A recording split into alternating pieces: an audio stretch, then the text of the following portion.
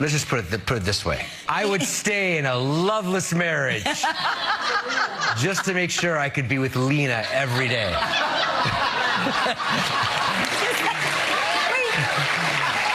That's how much I love Lena.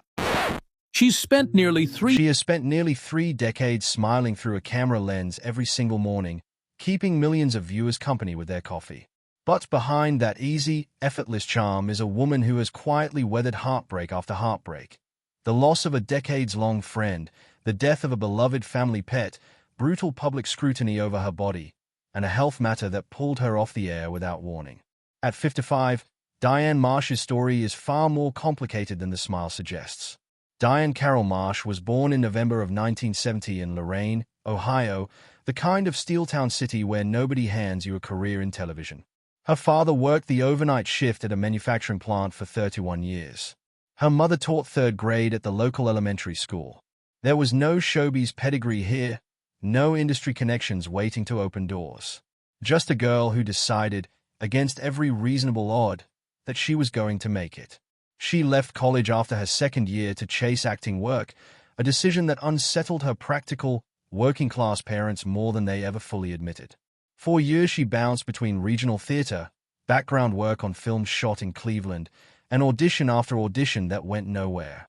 Then, in 1994, she landed a supporting role on a daytime drama that would define the next decade of her life.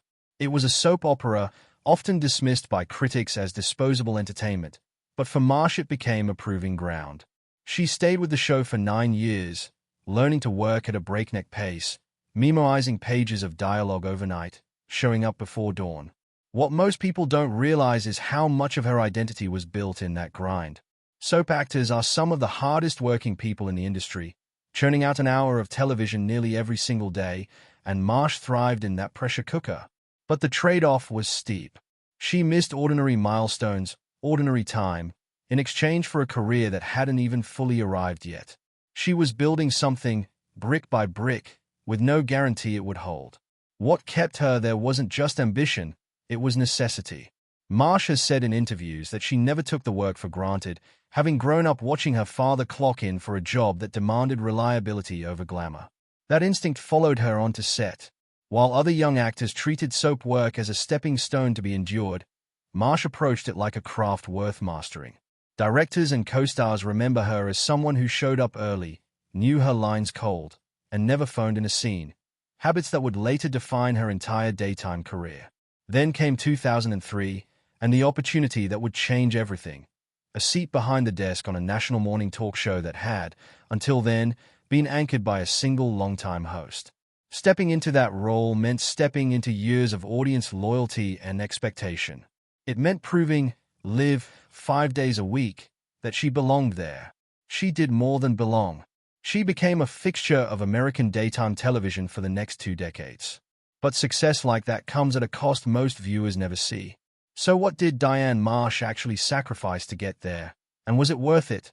In 1998, Marsh married her college boyfriend, a stage actor named Peter Halloran, in a small ceremony that surprised even close friends with how understated it was. Within a few years, they were raising 2 children, Grace and Owen, while both parents maintained demanding careers in an industry that rarely accommodates family life.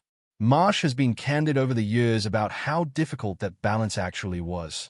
Waking before dawn to be camera-ready for a live morning show, she often did so on little sleep, having spent the night tending to a sick child or handling the ordinary chaos of a young family.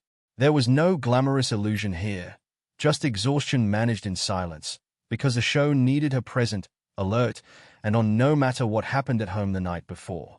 She's spoken about the guilt that came with it too, the ache of missing school events because of taping schedules, the awareness that her children were growing up watching their mother perform composure for an audience of millions, even on days when composure was the last thing she felt. Unlike an office job where a bad morning stays private, Marsh's bad mornings had the potential to play out on national television.